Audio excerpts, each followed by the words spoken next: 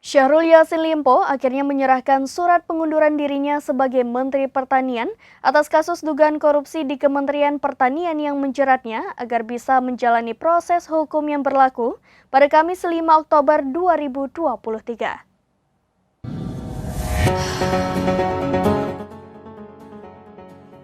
Syahrul Yassin Limpo akhirnya menyerahkan surat pengunduran dirinya sebagai Menteri Pertanian terkait kasus yang tengah ia hadapi agar dapat menjalani proses hukum yang berlaku pada Kamis 5 Oktober 2023 sore.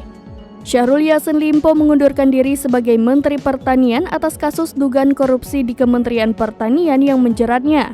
SYL juga menyatakan dirinya siap menjalani proses hukum.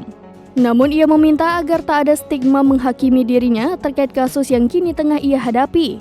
Diketahui SYL datang ke Kompleks Istana Negara ditemani Menteri Lingkungan Hidup dan Kehutanan Siti Nurbaya yang juga merupakan rekannya di Partai Nasdem itu pada Kamis 5 Oktober 2023. SYL menyerahkan surat pengunduran dirinya itu kepada Menteri Sekretaris Negara Pratikno. Keduanya kemudian langsung ke gedung Kementerian Sekretariat Negara untuk bertemu dengan Mensesnek Pratikno.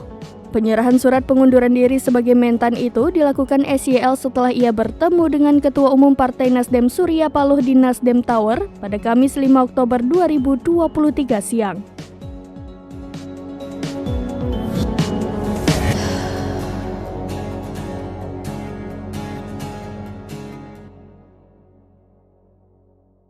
Demikian informasi terkini, Syedaralun saksikan terus berita lainnya di kanal YouTube Serambi News, website dan Facebook serambinews.com. Download Tribun X sekarang, menghadirkan lokal menjadi Indonesia.